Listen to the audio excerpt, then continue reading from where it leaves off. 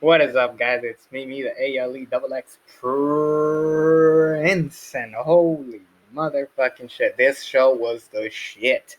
Couple of like mixed smash matches, but it does set you up for some very exciting things to come for All Elite Wrestling. Now, people think that I despise All Elite Wrestling. I do not, but I do have its criticisms. For sometimes Tony Khan is just too much of a snarky piece of shit, but so is Vince McMahon. So, I mean, what can you do there? Um, freaking uh, AEW Revolution had a really shitty, dumbass ending. Same with Blood and Guts. The ranking system blows. The casino and ladders and battle royals are stupid because we have a ranking system. Just like, I don't know why we do these matches. It's like it's so stupid and silly, but when they do good, they do good. And let's just talk about the show. This show was pretty top notch. Um, so not everything was great, not everything was awesome and off the hook, but it did some great stuff. So the buy-in match itself was pretty fun. It was Jurassic Express, Jungle Boy, and Luchasaurus versus the best friends Chuck Taylor, Orange Cassidy, and Wheeler Utah replacing Trent. And I'm not the biggest fan of Wheeler Utah, but I'll take it. And they fought Matt Hardy, Private Party, and Hybrid too. Not the best bunch. Like, I don't know. Like, it feels weird seeing these guys on the pre-show, like Matt Hardy, Orange Cassidy, um, Jurassic Express, like some pretty well established things. But you know what? Fuck it. They made it on the card. They did some things. Like, I'll take it, and it was fun. It was just to the point, and I really enjoyed it. Mero defeated Eddie Kingston. It was a low blow, but like it showed that Mero would do anything to win. And I'm not gonna lie, I'm digging this new version of Mero. When he debuted as the best man, it was the stupidest thing ever. He was essentially Kip Sabian's bodyguard, and I heard that Kip Sabian and Penelope Ford, I think that's her name, they are done with AEW. Like they're happily married, and I was like, yeah, stay married, get the fuck out of wrestling because you guys suck. And Miro is doing so much better than he did. At first, I was like, I don't want to see him lose the belt to Darby Allin, but then I thought about it. Him stealing the belt from Darby Allin is probably the best thing that they could have done because Darby Allin needed to lose that belt eventually, and what better ways than to lose it with a legit heel that you do not want to see win the belt? It's like that is great booking. Like it's kind of like if it's kind of similar to like Jinder Mahal fighting Drew McIntyre. You don't want to see it, which makes you want to cheer Drew McIntyre, but this was a lot better. Um, but yeah, I thought this was a fine match. It was actually one of the weaker matches on the card, but it was still like not bad. And then we had freaking um John Moxley versus Satoshi Kujima. It was a fine match. It was just like not.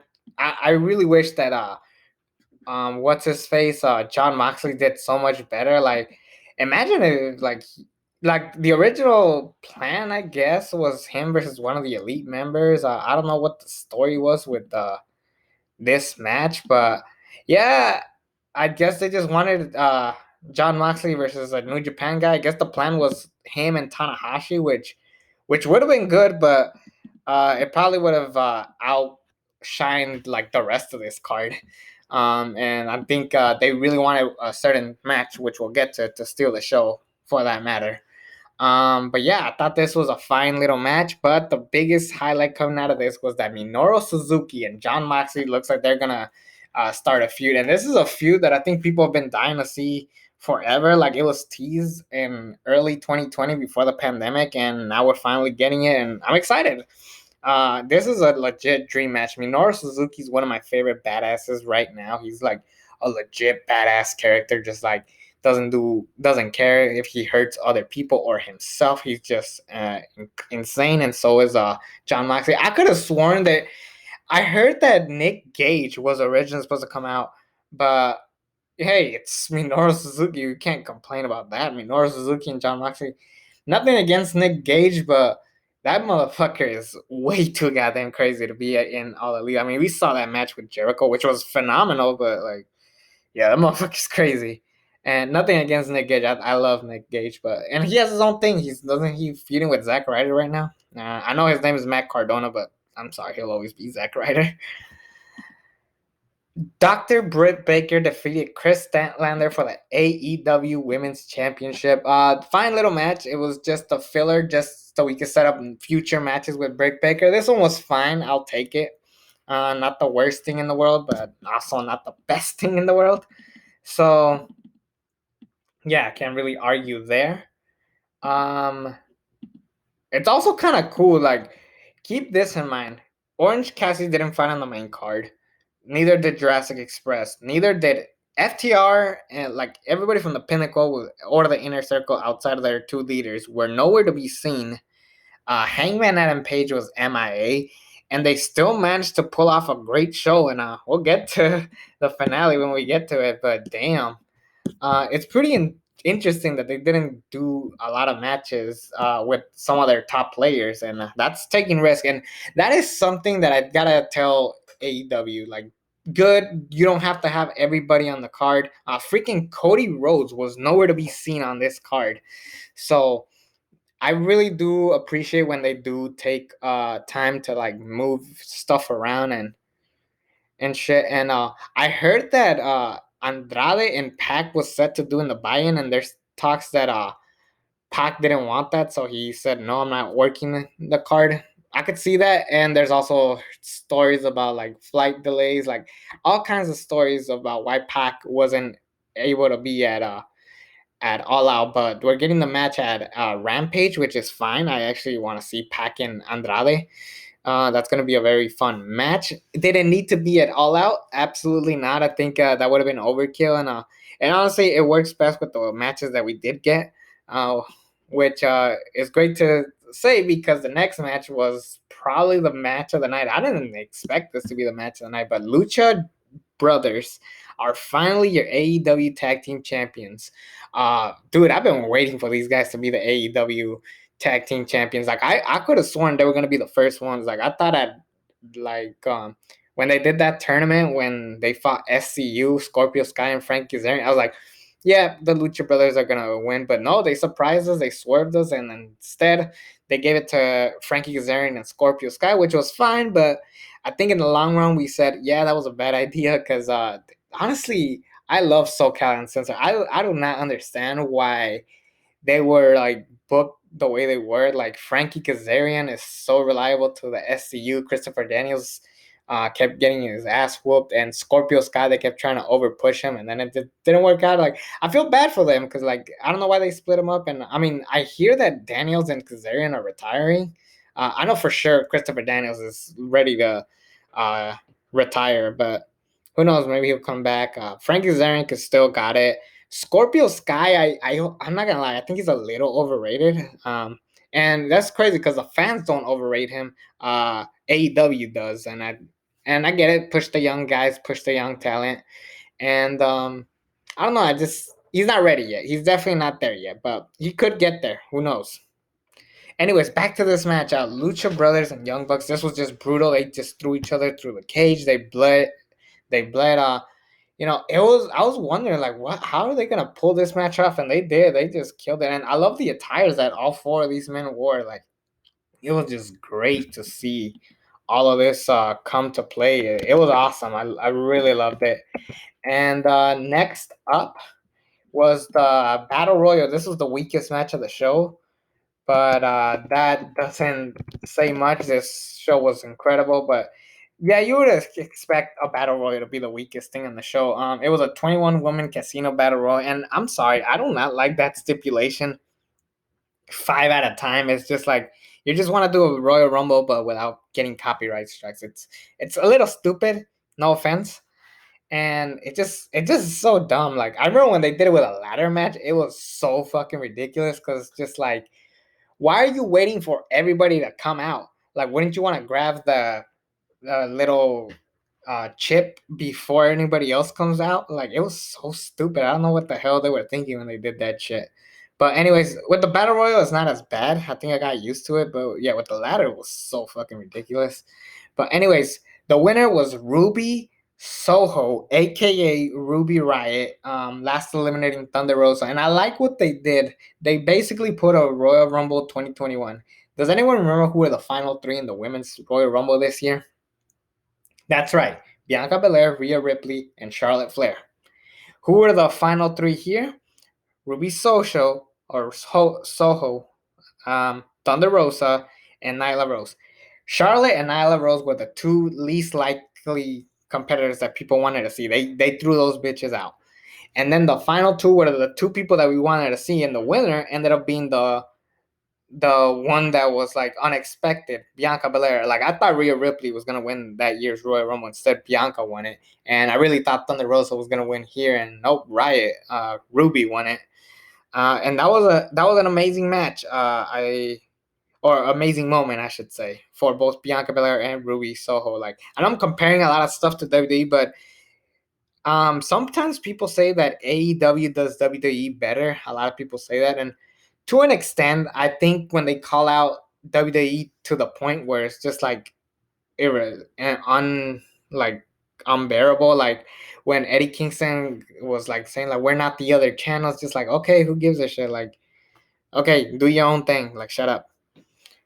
It was fine when people did in the beginning because like I don't mind AEW signing everybody from WWE like these guys there, but sometimes I feel like they're just signing people just for the sake of saying like, hey, look, we have them. Like I felt that way with Matt Cardona. I felt that way with Matt Sydal, and I feel that way sometimes with Andrade El Idolo. Now, Andrade El Idolo is going to be a mega star in AEW, just not yet. But sometimes it does feel like they just got him just for the sake of saying, we got him, and WWE doesn't. So just be careful, AEW. Don't get too cocky. Sometimes y'all do that where y'all get too cocky to the point where it's just unbearable. Next match, a singles match where if Jericho loses, he retires from in-ring competition. And MJF and Chris Jericho stole the show. For starters, the entrance was great. Like that attire that MJF had, like his entrance was pretty good. But Chris Jericho freaking brought Fozzy guitarist, I believe. I forget his name, goddammit. But he comes playing Judas, and the crowd is singing Judas like without like the lyrics, and it was an amazing entrance. Like that is how you get excited for a match. Because honestly, I was not looking forward to the match. Like I felt like we had the match one too many times. I'm just like, can we move on to something else? And I'm glad that like they found a way to get people like invested. Because like, how are you gonna get people invested on a match we've seen multiple times? It's just like, let's just do let's end this video. We love long story booking. We've been begging for long term booking for AEW. We've been begging for that forever. But long term booking doesn't mean you have to do the same match over and over and over. There's times where you can do rematches, like if you do a best of 5, that works. If you go out of your way like to change the stipulation, like the reason why people love New Day and the Usos was for two reasons. One, the stipulations changed all the time, and two, with the New Day, you had the advantage of switching some people around. Sometimes it was Kofi and Big E, sometimes it was Kofi and Woods, and sometimes it was Woods and Big E. So there was always something different added to the Usos and the New Day. But so there's ways to get around things, just as long as like it works. Jericho and MJF, it kind of worked, but not so much. But this match worked. This match was great. It was a story-driven match where Jericho's really fighting, trying not to retire, and MJF pins Chris Jericho, but his foot's out of the ring, so the match restarted, and I was like, oh, great. It's going to be a roll-up, 1, 2, 3, and that's it. But nope, the match continued. It went on for a little bit longer, and eventually Chris Jericho got the victory, and it surprised us because MJF tapped out to the walls of Jericho, so it looks like these guys are moving on. The question is, where do we go from here? Jericho, like, where does he do next? Like, the only thing I could believably see him do next is fight for the world championship. But based on how the show ended and based on how well this certain wrestler fought. Like it's like, where does Jericho go from here unless he tries to push another guy like Mero versus Chris Jericho, which doesn't sound bad, but it's like I'd rather see Jericho like at the top.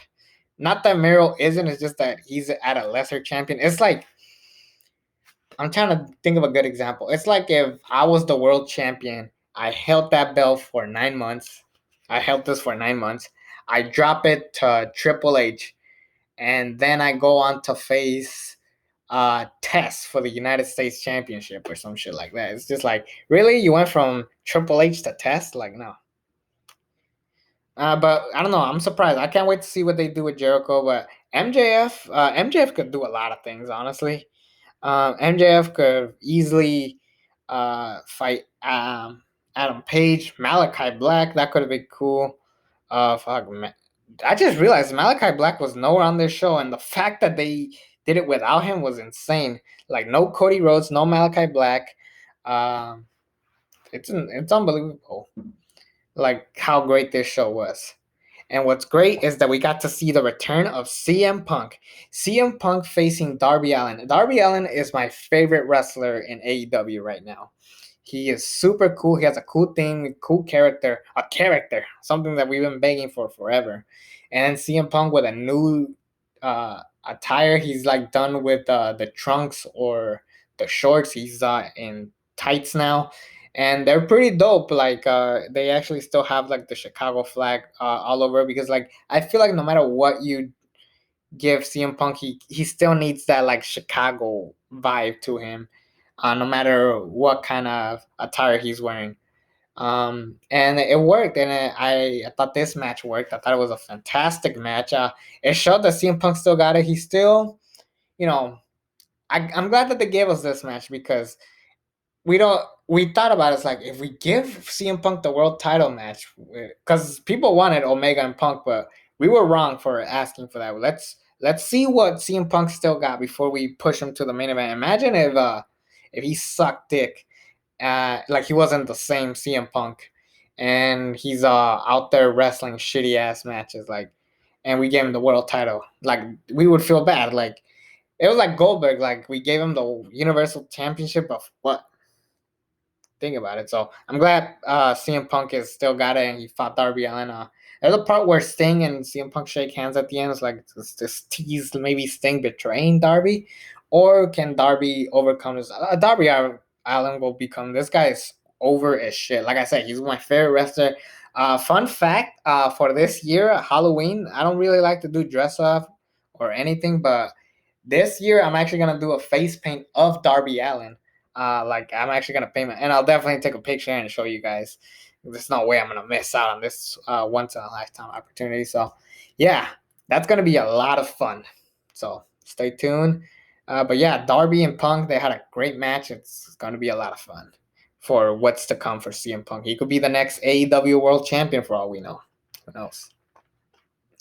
Paul White, aka The Big Show, defeated QT Marshall. This was a shitty ass match. Finally, we got to a legit shit match. 3 minutes? Like, I'm sorry. QT Marshall ain't shit. Like, Paul White is not out there facing Mark Henry. He's not facing Malachi Black. Oh my God. Now that I think about it, imagine we got Malachi Black versus Paul White, and with the exact same length and everything, but then Malachi Black beats Paul White. Like, Malachi Black would have been a superstar. Like, fuck, why didn't we do that? Like, that would have been way much better. Now I'm a little angry.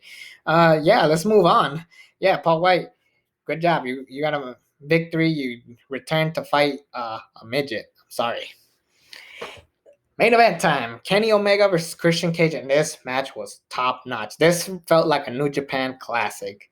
It had the style of a New Japan match. I felt like the Rampage match that they had, the first ever Rampage match. They had your typical like Impact match. Like, they changed the style of how they wrestled here than they did when they fought the first time, and I thought it worked for the best. Like, they actually had a table set up, and they took advantage. Like, or they threw each other over it. Like, they didn't use it as a weapon. Like, it was pretty smart the way they did things, and there was no interference. And then it ends with the one wing angel from the top rope. Christian Cage, like, should be like in a wheelchair now, but no, he took that shit like a champ. And it ends with the Elite, Young Bucks, Carl Anderson and Luke Gallows coming out, beating up Christian. Then Jurassic Express comes for the save. They get their ass kicked. And then Kenny Omega's cutting a promo that there's no one that he's not afraid of. And then Adam Cole, baby, comes out. And he comes out, he's teasing that he's gonna face Kenny Omega. I'm like, I don't want to see Adam Cole versus Kenny Omega next. Just like, I don't know, let's make him the TNT champion or something. Like, let's not push him. Then he super kicks Jungle Boy. And I was like, yep, that makes more sense. Young Bucks kiss Adam Cole. Like, we finally got, like, I don't know if we call them the Bullet Club, but essentially we got those guys back. We got the Elite back. I cannot wait for that. And it looks like the show's ending, and then you hear dun, dun, dun, dun, dun, dun, dun, dun. I was like, they got the rights to that song. And Daniel Bryan comes out. He comes back with like his WWE thing, but like tweaked, if that makes sense. Like, we all thought he was gonna come down to the final countdown like that. That would have been awesome. But hey, we got a new theme. Like, it's good. And Adam Cole's theme is fucking sick. Like, I actually want that shit saved, and I actually want to play that shit over and over. Like, that is a dope ass fucking song. And anyways, they all beat the shit out of each other. It ends with a big fat brawl with Bryan Danielson, Christian Cage, and Jurassic Express standing tall. And it looks like we're building up to Bryan Danielson versus Kenny Omega. I don't know what Adam Cole could be doing. Young Bucks versus Jurassic Express, I guess, keep going. Hell, we're probably gonna get Christian Cage versus Adam Cole. I want to see that. But Bryan Danielson looks like he's gonna go face Kenny Omega. I mean, normally, honestly, Bryan Danielson, he's a great mid card fighter, but when you give him the world title, like, he could do a lot of good shit. I mean, look at WrestleMania's 30 and 37. Like, he main evented 2 WrestleManias. Bryan Danielson is a fucking superstar. Like, there's no doubt about it. And the way he ended things in WWE was great. On top, like, Adam Cole and Bryan Danielson left WWE at the top. And imagine now that they're in AEW, like, yes, this tells us that things are about to get real. Like, I actually am happy that AEW is trying now. They're not trying to just call out their company. It was so much better. This show was so much better than last year. Like, last year, like, the only thing that I really gave a shit about was the tag team title match and the main event. Those are the only things I thought were good. But yeah, this show was pretty good. Like, they had 3, maybe 4 matches I really enjoyed. Moxley versus Satoshi, Kojima, Jericho and MJF, Punk and Darby Allin, and then Omega and Christian Cage. Those matches were great. Everything else was either pretty solid, and then we had Paul White and QT Marshall. That match never happened. Anyways, yeah, that's my thoughts on the show. I thought it was a great show. It really shows that All Elite is truly All Elite. Can't wait to see what's to come for AEW. Hopefully, Full Gear is to the same level. Like, because I didn't like Revolution at all. I thought it was a dumbass show with a shitty ending. I thought Double or Nothing was okay, but it could have been better. And this show, it could have been better, but I'm happy with what we got. It was a great show, and sometimes moments are better than matches. Look at WrestleMania 30. Friggin' let's think of SummerSlam 2013. Had 2 awesome matches. Everything else was eh. So yeah, sometimes the moments overcome the matches, and this is what this show needed to be: a show with some great matches, some solid little add-on matches, and a show stealer. Like, this had everything. This had everything for a perfect show, and it reminded me why I love wrestling. So please check out All Out. Like, this was a legit good show. It's me, the ALE Double X Prince. Subscribe to this channel if you haven't already, and until then, I'm out.